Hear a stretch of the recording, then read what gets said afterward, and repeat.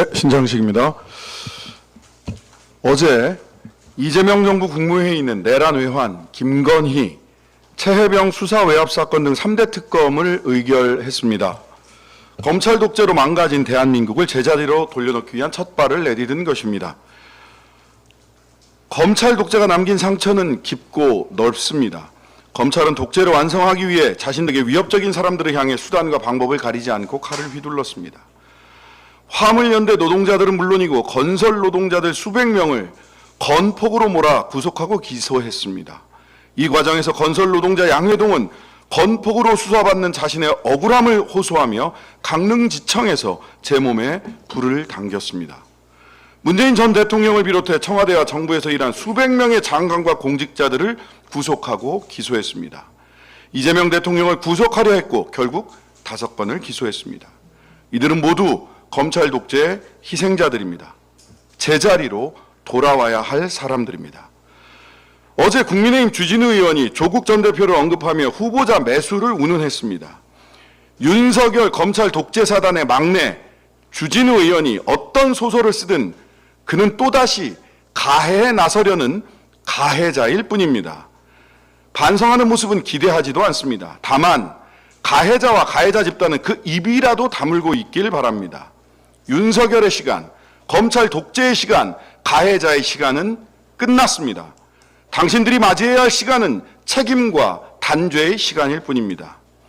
내란 청산과 대한민국 정상화는 검찰 독재 피해자들을 제자리로 돌려놓는 일과 함께 가야 합니다.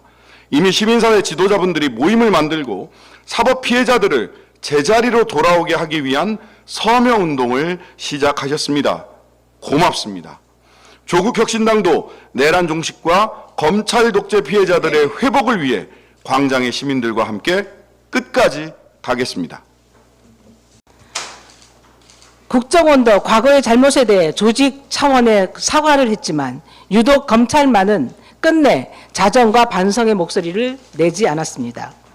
당시 검찰 과거사 조사위원회는 김학의 전 차관 성접대 의혹에 대한 재수사 및 구속하는 계기를 마련하는 등 일정한 성과도 거두었지만 진상조사 과정에서 많은 한계와 문제점도 있었습니다.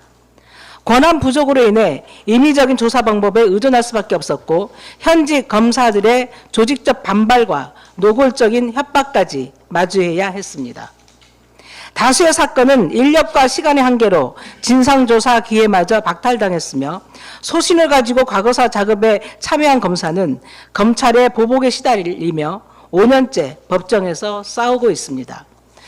검찰권이 권력 쟁취와 보복을 위한 도구로 가차없이 휘둘러진 것은 어제 오늘의 일이 아닙니다. 노무현 전 대통령은 모욕주기 수사로 죽음에까지 내몰렸습니다. 문재인 전 대통령은 가족뿐만 아니라 정부 관계자를 대상으로 한 스토킹 수준의 전방위적 정치보복 수사를 받고 있습니다.